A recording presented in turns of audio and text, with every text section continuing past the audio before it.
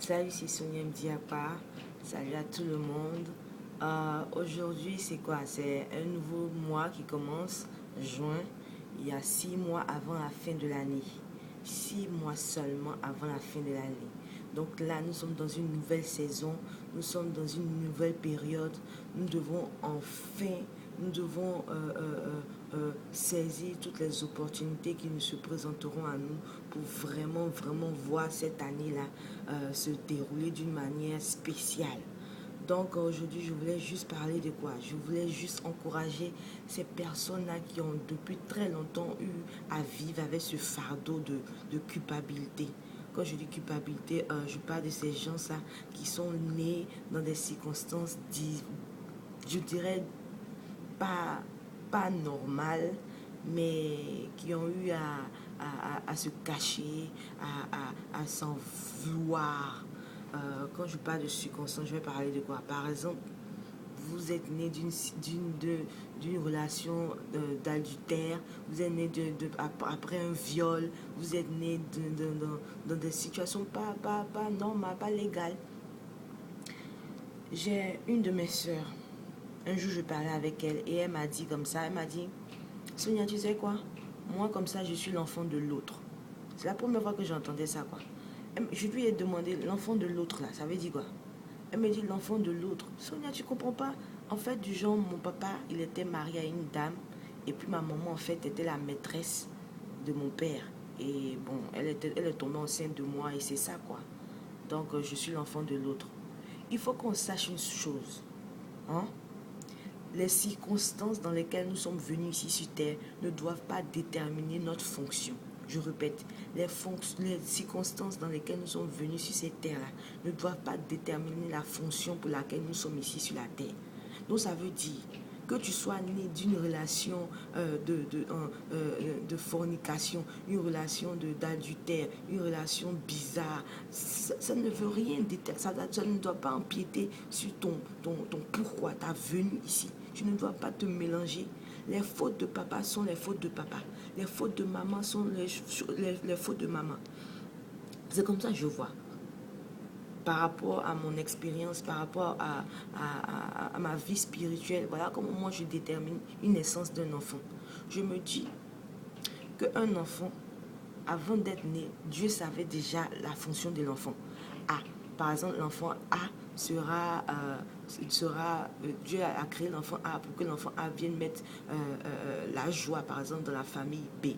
L'enfant peut-être C va être conçu pour qu'il puisse pouvoir au bien de la famille D. Donc, en fait, chaque enfant, avant même la conception de l'enfant, avait une destinée déjà prête. Moi, c'est comme ça que je vois. Avait une destinée déjà prête.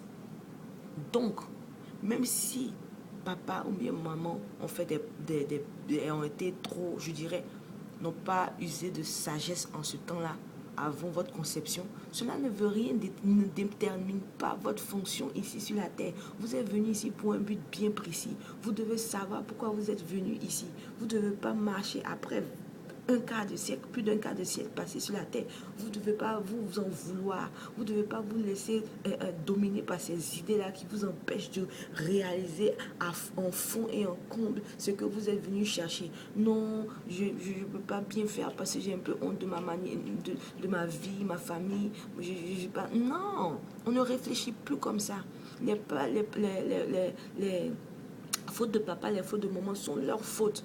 Vous êtes une personne adulte. Vous devez vous-même marquer votre vie. Vous devez faire la différence.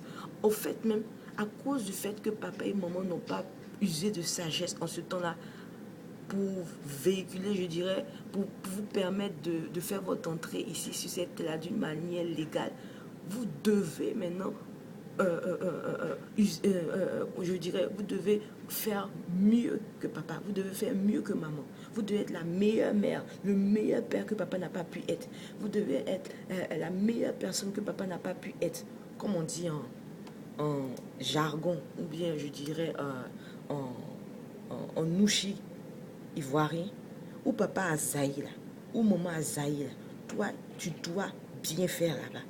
Donc arrêtons pour cette nouvelle saison dans laquelle nous commençons là, qui est juin, où il nous reste 6 mois avant la fin de l'année. Arrêtons d'avoir ces idées négatives qui nous empêchent de réussir. Libérons-nous. C'est le moment maintenant de se libérer. C'est le moment maintenant de se libérer. Et encore une chose, je voudrais dire, non, il ne faut pas en vouloir à papa. Hein. Il ne faut pas en vouloir à maman. Il faut savoir, personne n'est parfait.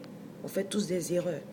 S'ils n'ont pas pu user de sagesse, ça, c'était leur vie passée. Vous ne devez pas vous asseoir, vous ne devez pas penser à cela. Vous devez penser à votre propre vie maintenant. C'est de vous qu'il s'agit. Maintenant que vous réalisez que oui, ce n'est pas dans les normes que vous êtes rentré ici sur la terre, vous devez marquer votre famille. Vous devez marquer votre famille. C'est de tout ce qu'il s'agit. Vous devez chercher votre fonction pour laquelle vous êtes ici sur cette terre. Donc pendant 6 mois, vous devez vous atteler à travailler sur vous-même, à travailler sur votre manière de voir les choses. Vous êtes quelqu'un de spécial. Le monde a besoin de vous. Votre famille a besoin de vous. Vos parents même ont besoin de vous. Ils doivent voir la meilleure image qu'ils n'ont pas pu avoir quand eux, ils étaient encore jeunes. Donc faites votre part. Faites votre part. Vous pouvez arriver. Donc avec beaucoup d'espoir, avec des bonnes idées dans la tête, avec un renouvellement de l'esprit, de la manière de vous voir, vous allez arriver. Il reste 6 mois seulement. 6 mois pour que votre 2015 soit vraiment, vraiment, vraiment spécial. Et je sais que ça sera spécial. Ok? Bye. Bonne journée encore une fois. Bon début de mois de juin. Et passez une très, très, très, très, très, très bonne semaine. Bye.